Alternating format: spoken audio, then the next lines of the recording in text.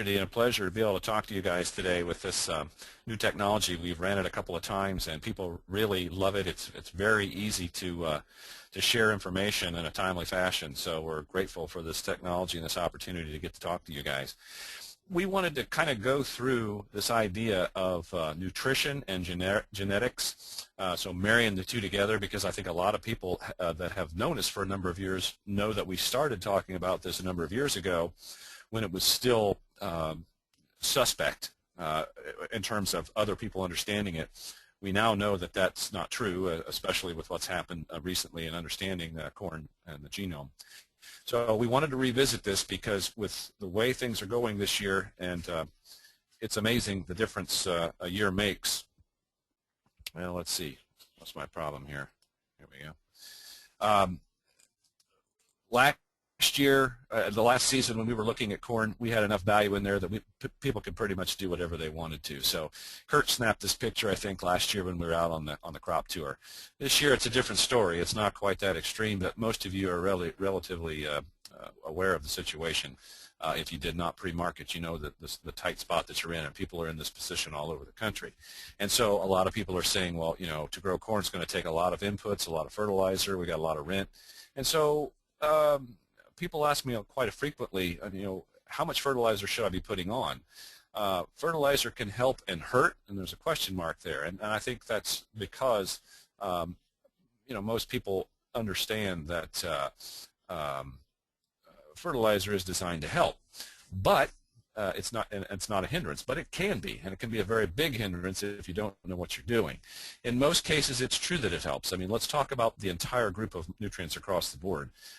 It does. Obviously, you wouldn't grow a corn crop without nitrogen. So in most cases, it's true that fertilizer helps. However, when we get to potassium and sometimes phosphate, but especially potassium, a recent study that was just put out in published in No-Till magazine told us that 93% of the people that they studied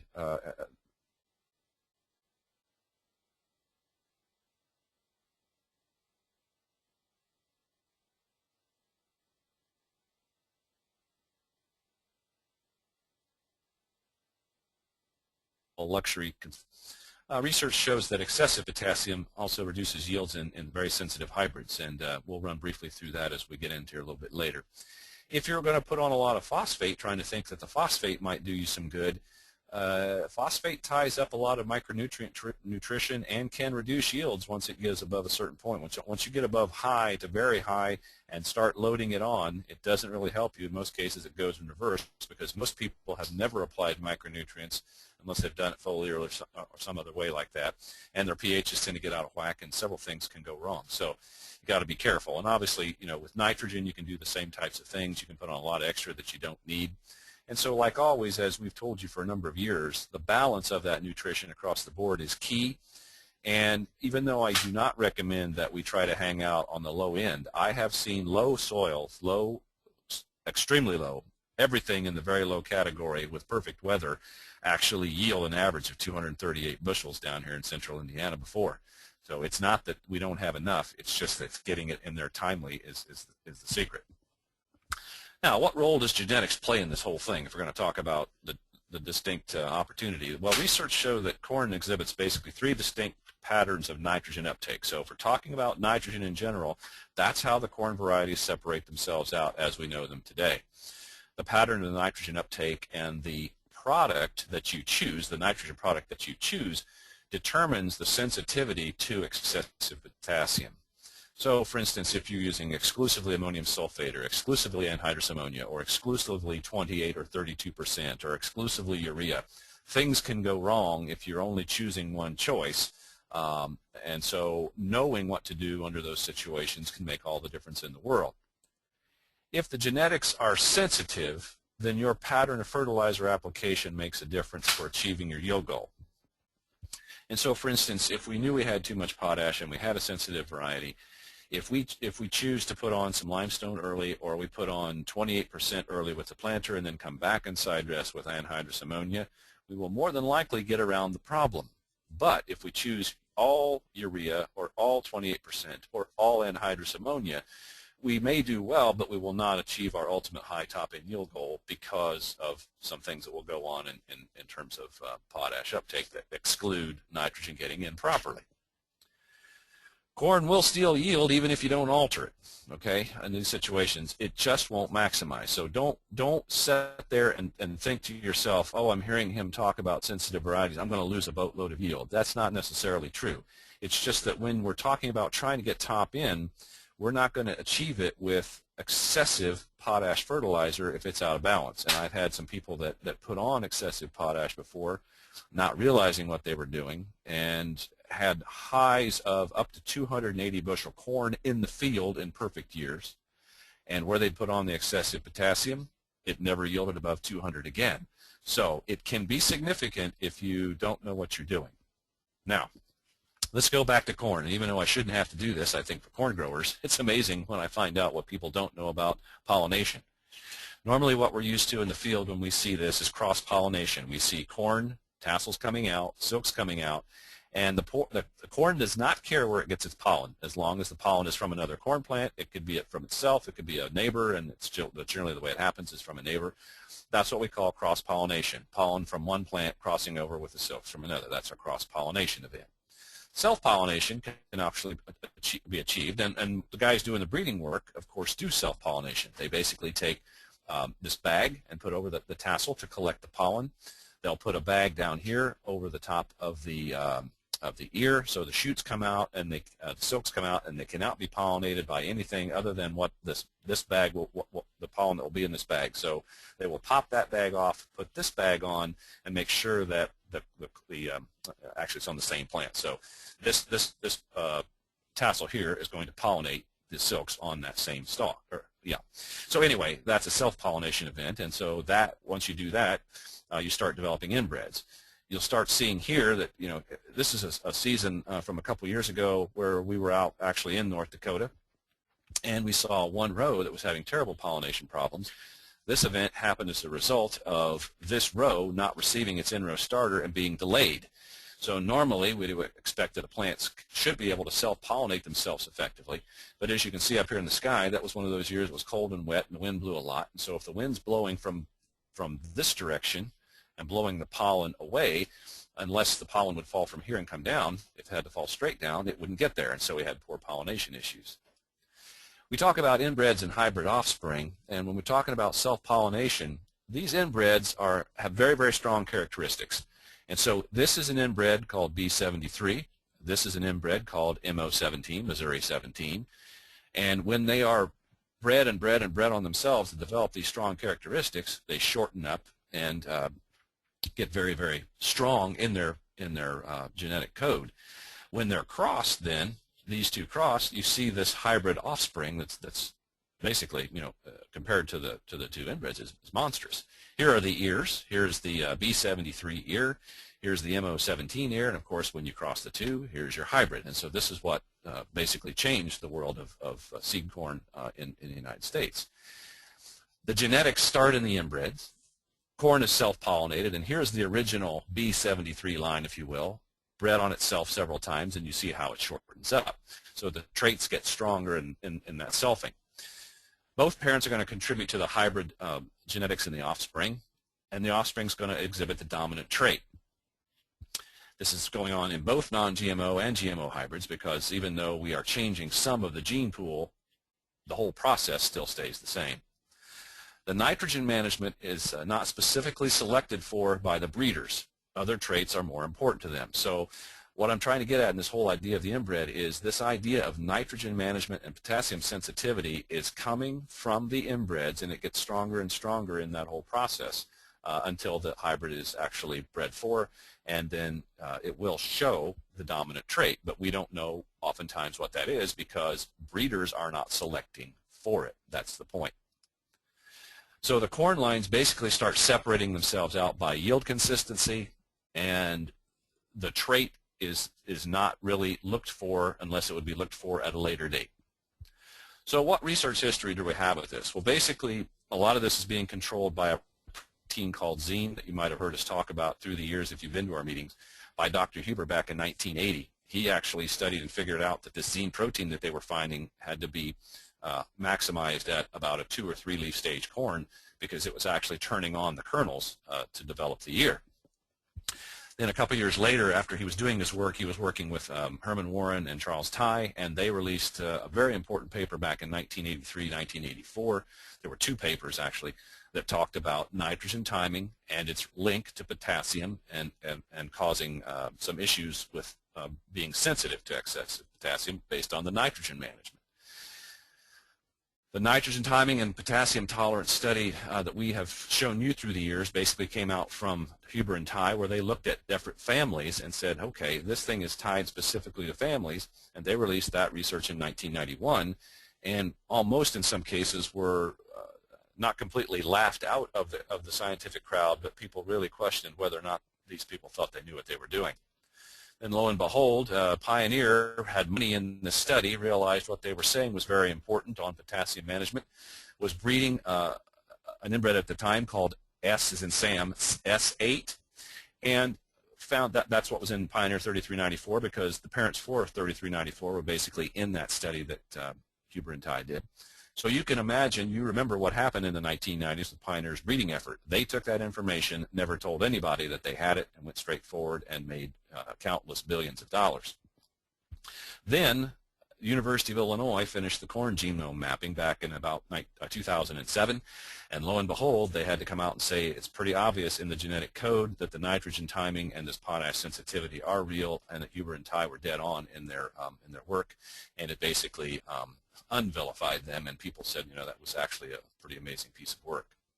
So we get all that with background. We have corn that looks like this, and so I say puff up your chest with pride. Boys, this is going to be a good yield of corn, and we all would expect it to be. You can see the uniformity of it. But I have seen cornfields like this that are as pretty and perfect as you see in front of me yield 175 bushels, and I've seen fields right next to it yield almost 300 bushels.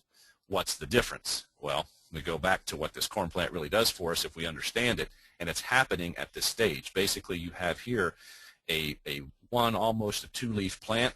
The 3rd leaf is coming out. When the 3rd leaf comes over and basically bends over halfway, a little bit like this, you'll have a 3-leaf plant.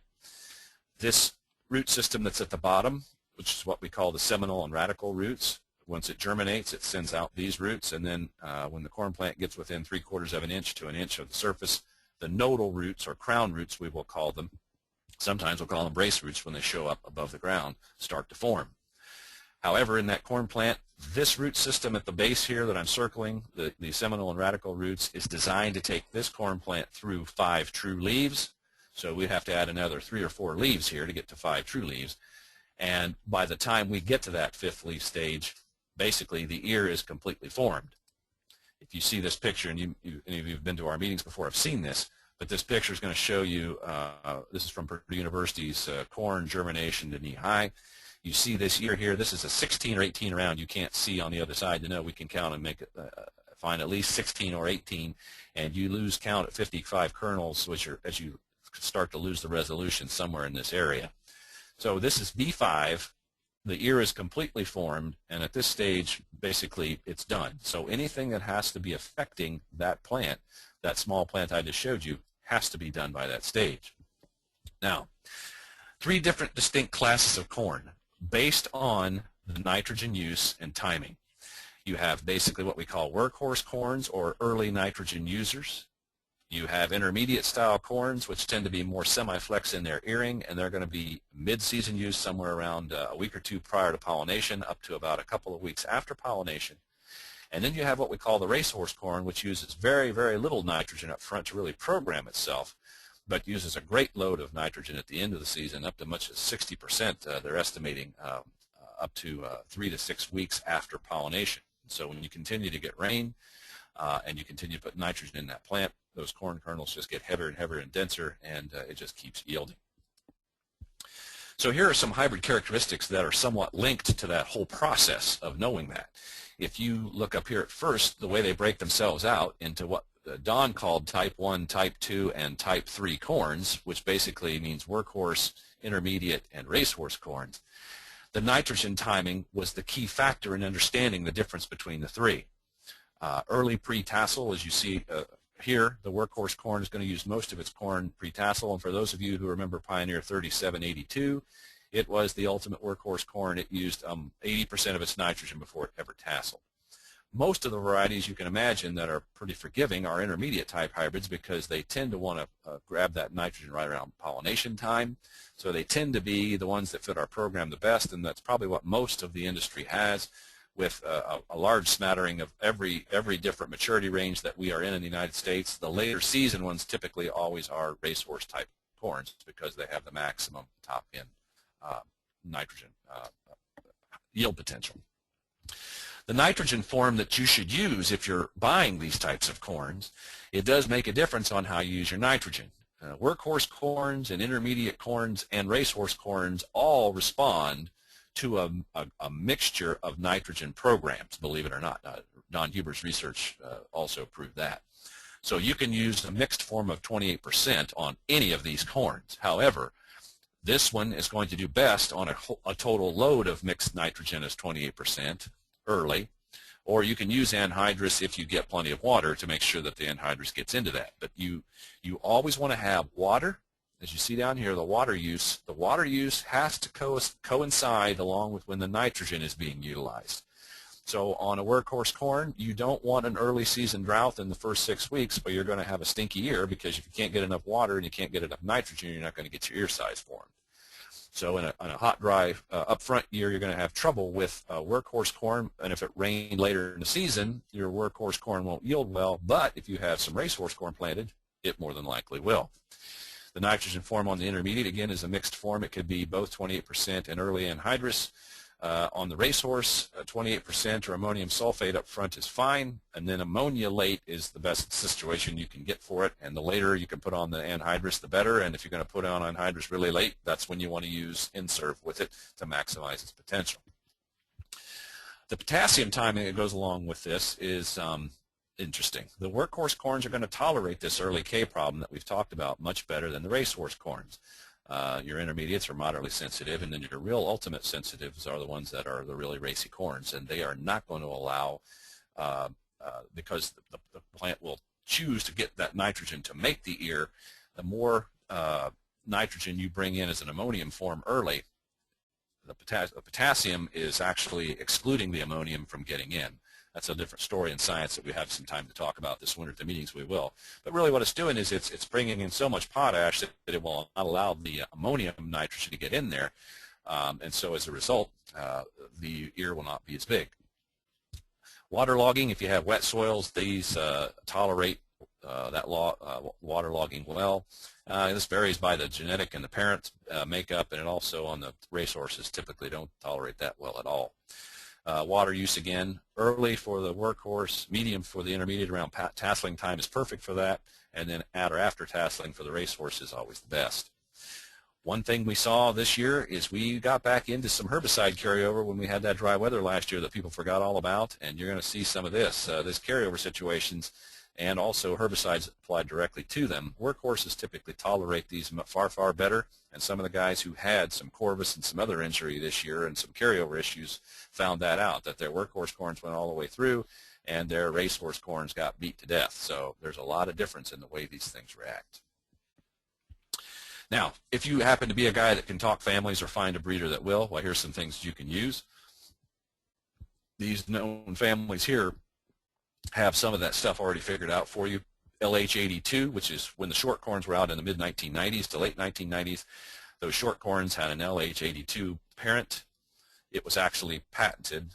Oh boy, there we go. It was actually patented for its nitrogen management because it had an enzyme that actually helped it do it. So it also became LH172. Then it moved on to LH283. So all of these are related. Also an LHE on the early stuff that you have up north, Craig, in your area, you'd probably see this, LHE 136. Those backgrounds all have early nitrogen or upfront nitrogen uses. Racehorse traits, where they want anhydrous or ammonium late, B73 backgrounds, MO17 backgrounds, LH59 and LH51. These are all the big, long, flex-eared type males or females. And as a result, you know, all of those fall into the racehorse type corns. These were all the ones that were winning the National Corn Growers contests from the 1970s on. So these all have racehorse type traits. So going through this and thinking about what we just talked about, you have to realize that yield is parent dependent, it's population dependent, and it's nutrient dependent. That's why so many field studies and test plots typically have to be run to try to correlate these factors, because as a result, people aren't really recognizing what they're looking at. So they look at enough plots and they're like, okay, well, we're trying to find some consistency in this. When you think about populations, they're going higher and higher all the time as hybrids are capable of holding the stresses. I ask the question, or are people not using as much potassium as they used to, allowing your size to be bigger? Because I see a lot of this as I travel around the country. One of the #1 problems that the Potash and Phosphate Institute has is they're complaining that people are using less potash all the time. And breeders are breeding for corns that typically have less roots and are demanding more potash because they don't have as big a root package. So there's a lot of different things going on, and I wonder sometimes if we're starting to see the confluence of these two issues coming together, where people are saying, you know what, we can't afford all this inputs, and so they're using less potash, and lo and behold, they're getting a little more yield out of that. Now, there's no doubt that the breeders are doing a better job, and the populations are handling the stresses better. But I think what you're going to see is those top-end guys, some of these guys aren't using excessive potassium, and they're going on higher the faster than they thought they were going to. Higher pops do allow for a little more potassium tolerance, simply because you've got more plants out there sucking more nutrition in. So if you have high potash, you can plant a thicker crop and do some things a little bit better for it. The nutrient availability, the timing, and the balance now become more important for higher yields. As you start to look at this, it starts to get a little bit confusing and a little bit intricate, but that's what we're trying to help you understand is all of this stuff has its own time, and every crop is a bit different from another crop. So corn, sorghum, wheat, barley, the grasses are going to do some of these things consistently. But when we switch over to soybeans, it's a different world. So this is basically going on with just the grasses. Now, the need for improved soil conditions now becomes apparent. When you start to think about a soil that might be more open and pliable, the roots can dig out more efficiently for nutrients. If you double or triple the root mass on that plant so it can dig more efficiently, you don't need to carry as much fertilizer, because if the plant has more roots and it finds more available fertility, it's only going to maximize at any certain point anyway. So you can carry a lower level of fertility if you've got a higher quantity of root mass. If you improve the airflow and the water holding capacity and plants are more efficient, microbes also will live on those roots. You've got all these things that start working together simultaneously, and it's amazing what kind of changes will happen. If you can establish channels in the soil and the plant can get down deeper in the soil, it finds needed relief throughout the summer where drought can be an issue. Because if you've got water and cooler conditions down below so that the plant can find that moisture and pump it back up and find nutrition at the same time, that plant does a marvelous job of getting through drought. Biostimulants and soil penetrants help accomplish this simultaneously. So in some of the things we've told you throughout the years, we talk about genetics, we talk about nutrition, and we talk about the ability to develop soil biology, because soil biology does some unique things in releasing fertility, as well as helping that soil aggregate better so that when you make more roots, they're more efficient in finding the fertilizer for you. You can imagine, like I said before, this is a North Dakota soil, high organic matter, good color, but those clods that you see that form out here, roots don't go into those very efficiently. You see one or two that were out there that could get through. But if you stick that to that very same soil from the other side of the field that's been on a biological program where the soil is mellow and it has all that area to be able to explore, you actually give yourself a soil fertility boost when you take those clods out. Now, we've been talking about potassium. How much potassium is too much potassium? Well, what we found over the years, and with Don Huber's research, is any additions of more than 150 pounds of OO60 is basically living on the edge for a sensitive variety. If your base saturations from your soil test, if you pull them out and they're exceeding 4%, you are in a high potash zone. Most soil tests for most silt loams, clay loams, anything basically heavier than sandy loams, 3% is typically plenty. 3.5% on a sand, a loamy sand, you'd want to probably carry around 3.5% to be optimum or above. But if you've got that much on most of your soil tests, you've got enough, and you don't need to be applying much. If you're going to apply some, don't use any more than would be necessary for the crop. and make sure you've got some place to hold it, because that whole idea of, well, if we don't use it this year, it'll hang around and we'll use it next year, does not apply on some of those sandy soils. And if soils are already completely loaded with fertility, it doesn't apply at all either. So that's a question to be able to talk about in the middle of winter. Applications of potassium after V8 or 8 true leaves on a corn plant will no longer negatively impact ear size. Most of this has to do with ear formation. The ear is completely formed by V8. We know that across the board, and in Don Huber and Charles Tye's research, they found out that once they went back and put on some of those high levels after V8, they no longer had that ear size problem. So if you're a guy that thinks you need some more potash and you want to work at standability and helping some of those other problems, if you put it on after V8, which means basically you run down through the rows with a standing crop, you can still do that. Or if you want to foliar feed, there's all kinds of options. But you can do that as long as the ear is completely formed.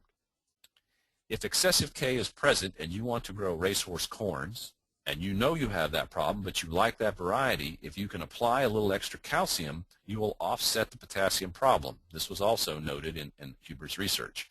They used 400 pounds, which basically was a ton of good high-cal lime, and where they had high potash and they used a ton of high-cal lime, it negated the problem they had with the ear size.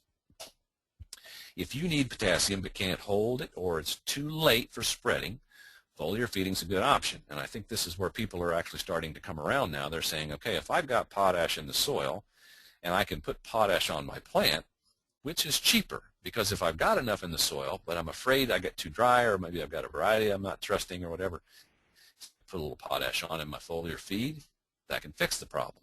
Here's the research that Huber had from years ago, and if you basically see these numbers, and I apologize, when I put this on here, my left-hand information kind of blew up. This says yield changing due to potassium applications, and as you can see, where they put on 275 pounds of potash, and this was basically on in the fall, it could be on in the fall, in the winter, or early spring before the crop is planted, that same 275 pounds qualifies any of those times. The varieties in there, and this is all the hybrid numbers, this is just their denominator, their figures for knowing what those were. That doesn't spell out the parents. You can see that when you put that on, the red is pre-ear formation. Pre-primordial potassium is what it is. This is pre-ear formation. Here was your response. Only one had a positive response. The others had a major negative response. This is the statistical significance line right here, basically 14 bushels, between 13 and 14. So in some cases, half to two-thirds had nearly a significant decline. These are all negative numbers. Go back to after the ear is formed at V8 or later, and bingo. You know, most of them responded very positively to it. So it's not that potash is a bad product. It's just that potash is going to hurt or help you depending on when it's applied to the corn plant. Now, this variety here didn't like potash at all. I guess you should just leave it alone and, you know, let it do whatever it was born to do without any help at all. What's the visual impact? Well, here is a workhorse-style corn. Normally what you see is you'll see this little nubbin up here. This is a little different beast. This is two different ears. Same variety of corn, but two different problems. But you'll see this little nubbin, or oftentimes you'll see just a little tiny tip at the top. That's what you're going to see. And of course, most people think that this typically is something to do with population, and it can be. But if you have excessive potassium and you are using anhydrous ammonia exclusively, for instance, or all ammonium sulfate for your nitrogen, this would be a very common situation. And so people said, well, you know, there's still corn to be had. Maybe the population was about right, but you can actually put more corn in there if you know what you're doing.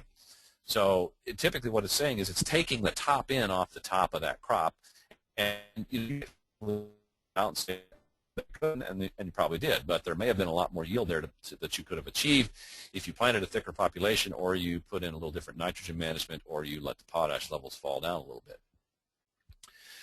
Now, there's an interesting connection between all this with potassium and boron. Many people overuse potassium because it's the easy thing to get. They've done it for years. They put that on there because they've heard they need to move things around inside a plant, especially water and some other nutrition, so they think the high levels of potassium is a good idea. Potassium is very responsible for water movement. So is zinc, but you know, we don't talk much about zinc. Zinc is what helps keep some of those tip kernels on right around pollination time. But potash is very responsible for water movement.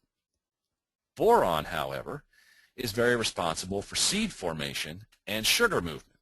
So the combination of a little potash A good quantity of zinc and a good quantity of boron gets you the maximum amount of seed formation and sugar movement. Now, for those of you who've been to our meetings before, you know the plants want sugar. They make sugar. That's what they understand. They just use a little bit of water to move it around. And if they had their choice of water or sugar, they would always choose sugar. So if potash moves water, but boron moves sugar, and sugar is what we're after, higher boron levels in that stalk or in that soil that the stalk can find and the roots can dig out means less potassium is necessary. The irony is boron is far less costly per acre to apply than potash ever was. And if you're getting low soil test levels, and by low I'm saying anything below 0.6, 0.5 is really starting to get low, your test levels on your soil test should be somewhere up around 1 part per million. Between 1 and 2 is really better. But if you're around 1 part per million, most of the guys I'm seeing in that vicinity are always doing very, very well and pretty close to top end. So you have to be careful in applying boron. You really shouldn't apply more than 1 to 2 pounds of actual boron per year because you can get toxic if you're not careful. And here's a situation where a guy had a really high stand. He used boatloads of potassium to start that season, and you can see that there's some evidence at the top. You have a little bit of these kernels that did not come on and did not fill, and then you have some of this. It was a dry summer, so we had a little bit of the kernel abortion going on. This is from lack of sugars. The top was really from excessive fertility, and then the bottom was lack of sugars in a hot, dry summer. So how many seed corn companies line up to tell you exactly all this information? Last count, I think 0. So interpreting seed company information, basically, in that booklet is an art. Breeders don't like to talk about families. If you find one who does, you better put your arm around him and buy him a bottle of whiskey and keep him as a friend the rest of your life, because they are told not to talk about families and they don't like to. There's about a dozen families that are really out there even before GMO came on, and even after GMO came on, they're still using the same families. They're just putting genetics with it. As a result, they have to use many locations to tie that performance and figure out what's going on to soil types and conditions. That's why they do what they do. They don't realize in some cases that they're actually looking at all these things we're talking about today to try to figure out. Rarely are the soil tests ever consulted or obtained for most of these soil test plot areas, which is remarkable to me, especially as more and more people ask more and more questions about fertility all the time. Soil performance is tied, and the hybrid performance with it is tied to organic matter and nitrogen release. So you can imagine low organic matter soils with low nitrogen release, depending on what the soil test levels are of fertility and applied nitrogen to them, it's going to determine what actually happens to that corn plant. So again, soil performance is also tied to the physical conditions and the root packages that the hybrid exhibits.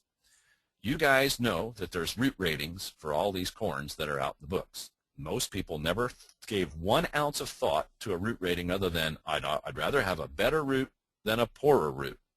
They never realized that there are only 3 or 4 choices in the world to pick from.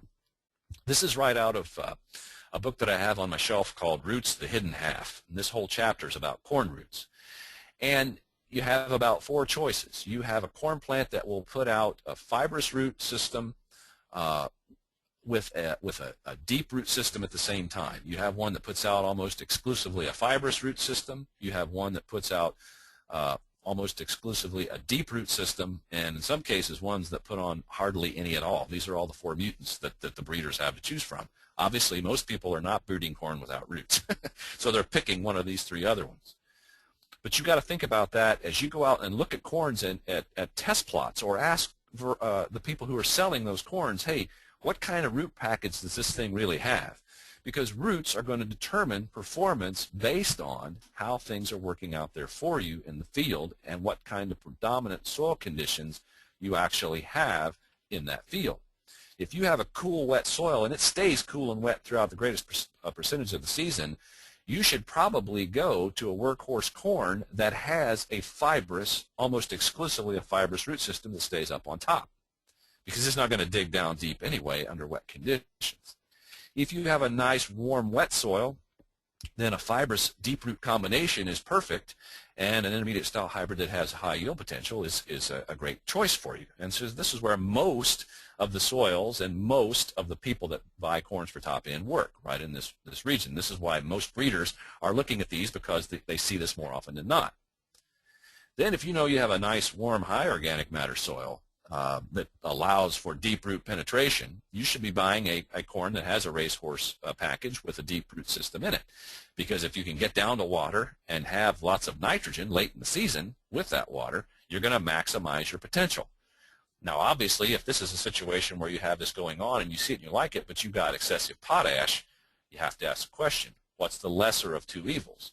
And the lesser of two evils might be, in most of the world, to put on a little bit of limestone. As you guys are up in North Dakota, South Dakota, where you've got high pHs, that may not be an option. So you might have to back off here or maybe change some nitrogen management. But either way, it doesn't mean that just because of that, you go back to the fiber root system and the workhorse corn. Or if you do, then you plant that sucker thick and you give it all the work in the world that it can give you, and that's where you'll get your maximum yield potential. Modern practices now allow for a lot more options than independent thinking. The timing of your nutrition may be made closer to the use period that the plant prefers for that nutrient. If you're using foliar feeding, or if you're using equipment that allows you to get there quickly, bigger equipment to get over a lot of acres and side dress and pray that the weather is with you. But the timing of nutrition is a key to this. You can use a whole lot less nutrition if your timing is right. This will allow you to use some more expensive, highly available fertilizers that can be used with greater efficiency. We've seen that for a number of years. People have said, okay, if I got enough potash in the soil, potassium thiosulfate costs $6, $7, $8 a gallon, but I only need a quart, half a gallon, maybe a full gallon of it, foliar applied, and maybe once or twice, and I'm making those trips anyway. Is that a more efficient way to spend my money rather than putting out another $30 to $60 of potash on the soil and hoping for the best? And the answer, of course, is yes, it's the smarter play. So people have those options and they're taking advantage of it. Ammonium sulfate, which is a more expensive nitrogen product because of the sulfur, is being used more often as it integrates well into these programs of varying nitrogen based on different types of hybrids. Foliar feeding is making big gains as people begin to understand corn better, and a lot of you have started seeing, even your neighbors and yourselves starting using more and more foliar feeding, because let's say you can't set a planter up to do what you want to do early for that V3 corn, but you can get over it with a sprayer. A lot of people are making those adjustments, saying I'll use my sprayer, I'll do these things at that time, and I can get a better job done and not worry about getting the corn planted. Let me get the corn in the ground and I'll take care of it as soon as I can get back to it. Foliar feeding helps adjust for many imbalances in the soil. If you're blessed with really high phosphate levels and you can't get rid of them, your micronutrients are all tied up. So foliar feeding, you can go back in there at V3 to V5, foliar feed that corn crop, and get around the fact that phosphate's tying up all those issues. Or if you have way too much potash and you want to put some nitrogen on, you can go in there and get around those issues. So foliar feeding helps you get the product into the plant when the soil can't get it done for you. If you're blessed with irrigation, which many more of you are today than what were 2 years ago even, the irrigators allow for well-timed placement of fertilizers, especially nitrogen, phosphorus, potassium, and sulfur. You can run those right through the irrigators when you want to. And so your timing can be specific, and you can use less total quantity of product and time it out and keep it out there in an average quantity so that the plant's not going through the ups and downs of finding it, not finding it at different times, or finding way too much at the beginning and not enough at the end, or vice versa. Also, ammonium and urea forms can be integrated nicely, and ammonium and urea forms are the ones that typically program for the maximum amount of kernels and the maximum amount of test weight. So we can use those through that irrigator at different times, obviously on the up front. If it's a dry season and you need to irrigate, if that corn is dry at V3, it needs to be irrigated, and it needs to have some nitrogen and maybe some sulfur at the same time. So you can control that rather than just going out there and spreading willy-nilly and hoping for the best. You can control when that crop gets it and the quantity that gets it. And typically, you can decrease your total top end by somewhere around 20 to 30% less nitrogen if you can run it through on several irrigation cycles. Micronutrients can be applied at tasseling to help on fill patterns. Again, boron and zinc are very important at that point. As you get later on into the season, you can put on nitrogen and a little bit of micronutrients to help complete that fill, because it's the efficiency of the conversion, as you'll see, that maximizes yield. Nitrogen and sulfur supplied late season will maximize test weight. All sulfur applied to corn makes nitrogen more efficient. So little bits of sulfur go a long way.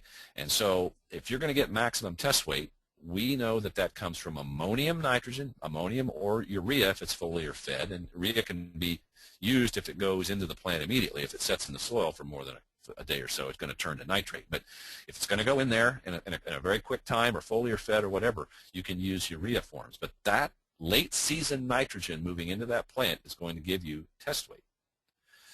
Less total product per bushel can be used then if you've got that irrigation capability and you can put nitrogen out there. Again, we said before, sulfur makes it more efficient and timing makes it more efficient. So total units per bushel can drop.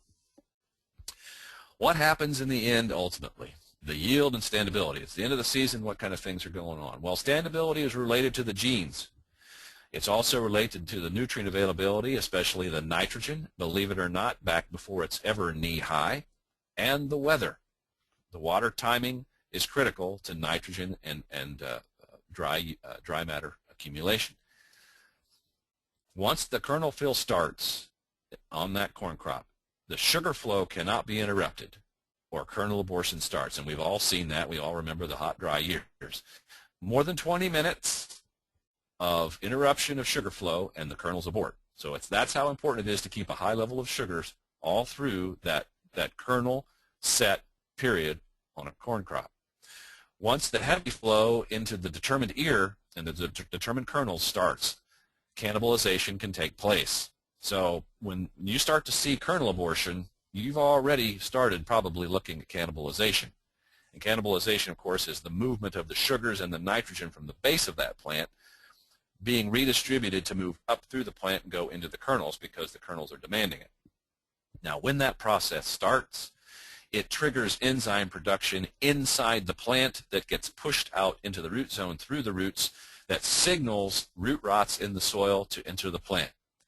That's correct. The plant tells the soil to start its own demise, because what the plant is designed to do is make that ear and shed that ear to the ground to get the seed to pass on for the next generation. So if you start cannibalization too early in the season, you're going to trigger this enzyme production and you're going to have root rots entering your plant. Excessive root rot entry too early means poor standability potential across the board. So the earlier that process starts, you can always predict without question, typically, unless you come back to good late season moisture, that you're going to have a lot of standability issues. Okay, the better or the bitter end, which is the end of the season we're talking about. So all these things that you've started making selections on comes down to this at the end. If you start getting drought stress, it's the cause of many woes. We all know that.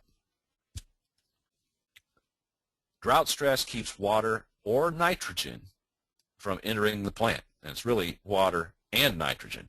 But it's the nitrogen and the sugars that the plant's looking for, and if there's not enough water to move it around, but there's sugar to move it around, amazing things can happen. So water is a very important part of finishing out that crop. Once this whole process starts, that begins the cannibalization I referred to here just a moment ago. The test weight's controlled by the efficiency of the energy conversion. So when we start talking about what micronutrients are important for, micronutrients are important for making certain compounds that allow energy conversion to be more efficient. And when you look at 65-pound test weight corn, which several of our people had again this year, micronutrients are what made that happen. You're not going to get top-end corn without enough micronutrients. You can put all the nitrogen in the world you want to in there, and if you don't have enough micronutrients, you're not going to get your top-end test weight. The total top-end yield is tied directly to the test weight, even though I have people all the time tell me, look, we don't get paid for test weight. They measure it, but they don't pay us for it. Well, is that true or not? You do get paid for the total weight, and test weight's a part of that. You don't get any benefit or value from extra test weight for the pricing, but the total bushels come down to test weight. And the problem that we've had probably 90% of the time when people did not see in their combine the extra yield measure weight. When they went back and actually took all the tickets from the farm that went to the elevator and measured the total weight, then they came back and said to us, wow, there was an 8 or 10 or 12 bushel yield difference. I never saw it. It didn't show up on the yield monitor. I didn't see it in the window of the combine. I never thought I got any value from that biostimulant whatsoever. However, they got a lot more root mass. They saw it earlier in the year. They had much better growth on their plants. They saw it, and they didn't see any yield gain. Well, it's because they didn't measure the test weight, because 9 times out of 10, it will be a test weight difference that makes the top end there that we measure all those extra bushels from. So you don't see it on a yield monitor. You actually have to weigh it. Sometimes you do see it on a yield monitor. I mean, sometimes it's that good, it's obvious, but oftentimes when it's close, go back and check your test weight and find out in some cases it's 2 to 3 pounds heavier, and it ends up being significant bushels. The loss of top yield is often determined by kernel respiration to dry down and finish, and to the drying conditions. What I'm saying here is, if you have soft kerneled corn that's not really dense, oftentimes it will burn energy to dry down. When you get these really, really high, dense kernels, thick, heavy, dense kernels, very rarely do they spend much energy to dry down, because they are so dense, they are pushing the moisture out as they go. And so they typically are very, very easy to finish out without losing dry weight. But oftentimes what you'll find is you'll get corns down to 22%, maybe around 20, and to get from 22 down to 15.5, the corn will have to start burning its own energy to dry down. You're going to lose significant bushels, and we see a lot of varieties that are sensitive to that. And now, from what I've seen over the years, I have not seen too many connections between the genetics that we talked about with nitrogen and potash sensitivity and this dry down. But there's no doubt it happens more to light, fluffier kernels than it does to dense ones. So hopefully this gives you some things to think about in terms of what we're trying to accomplish. And even though that combine was full again this year, it wasn't worth as much. And so as you're thinking about what's going to happen next year with this stuff, think about it. Most guys are saying we're going to plant more beans, less risk, more return potential. But if everybody decides to plant more beans, we'll be in the same boat with soybean prices next year that we are with corn right now. And if people plant less corn, the corn is liable to jump. So I'm hoping that most people use their heads and stay with their common rotations. Not that we're trying to influence the market. It's just trying to say, look, let's use our heads. We got a lot of corn. We'll have corn next year, but we're going to use up a lot of corn with ethanol. There'll be a lot of people buying a lot of this corn crop, and I think, you know, it's going to sneak back up. How high? I don't know, because I wish I knew that. I could make money too. But if you want to be planting soybeans, following soybeans, that's fine. There's some things to be thinking about that way. But all we're trying to say here is, if you're worried about the fertilizer inputs, think about some of these things that we talked about today, because they can influence your decisions and can kind of keep some of the excessive costs in check. And with all the stuff we said, I have to say also good luck, because I recognize a lot of you, your heads may be spinning at this point saying, I have no idea. Somebody found this sign and I thought it was very appropriate. Good luck. I mean, one thing causes another and you go different directions. Oh, That's what agronomy is about. That's what we do here. And so I see this opportunity as an opportunity to think about what we have and how to move forward with it. So with that, I'll close and start looking at your questions here if there's some that come up. I see, Craig, you've asked one. Is it better to apply the micronutrients? Let me see, I got to move my box back over here. As a starter fertilizer or as foliar feed? That's a good question.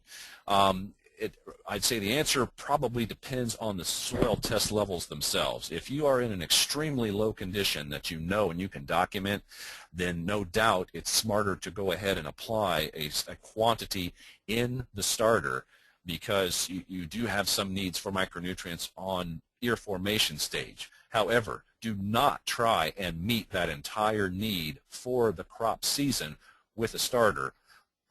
They are not typically designed to do all that.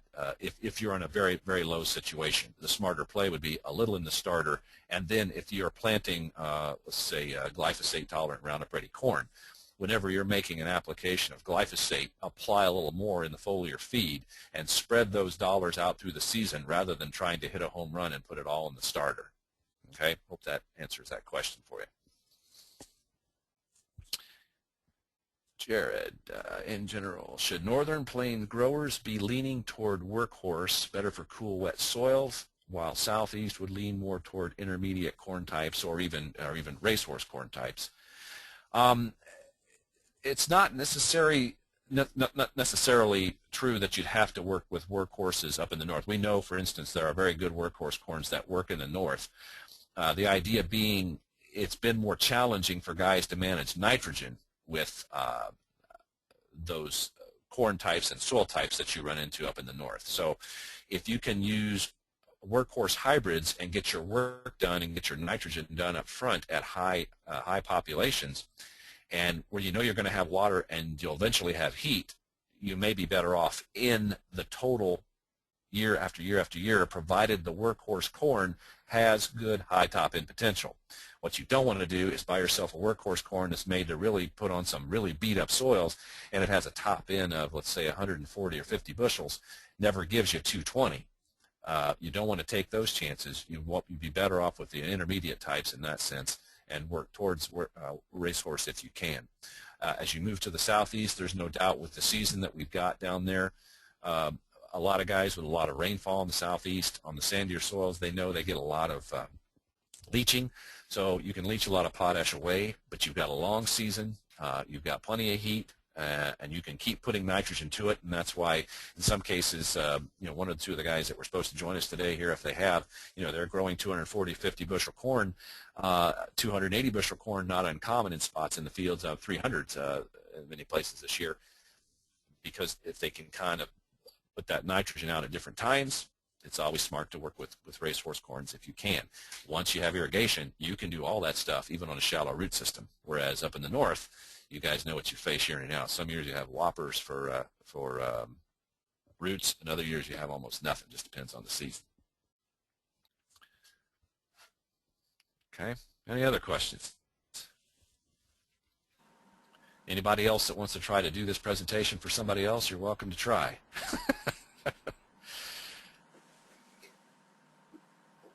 Well, Dan, appreciate your time. Thanks for doing that. You did a great job. And if anyone else has a question, you can go ahead and type it in, or if you want to talk, that's fine. Just let me know. I can take you off mute. Again, we will get this thing uploaded to the website. It might take a day or so, but we'll get you an email on that so you guys can pass that around for anybody that didn't make it. And I guess if there's no other questions, then we can go ahead and wrap it up and let everybody get back to their day. So I think we were just shy of an hour, so you did good, Dan. Did my best. I put my picture up there to say hi. I appreciate you guys tuning in, and if you have other questions about it, or if it's something that clicks with you and there are other people that you think would be interested in hearing this information, please do get them to the website, because I think they'll enjoy listening to it. If nothing else, it'll keep the seed guys. I feel sorry for Tom. He'll be on his toes all winter now after these guys hear this stuff. So. One other just quick reminder. I know we got guys on here from different parts of the country, but we've got some regional meetings coming up. We're going to be in Oaks. Let's see, that would be Monday, December 16th. That's correct. Then we'll be in Miller, South Dakota on the 17th of December. And I don't know the exact dates, but if you're down there with Kenny in the Southeast, I think towards the end of January we're going to be down there. So you can check with Kenny on that. But those are the ones we have scheduled as of today. So just a quick reminder there. So I guess that's it, Dan. Thank you very much, and I'll go ahead and we'll exit the meeting here.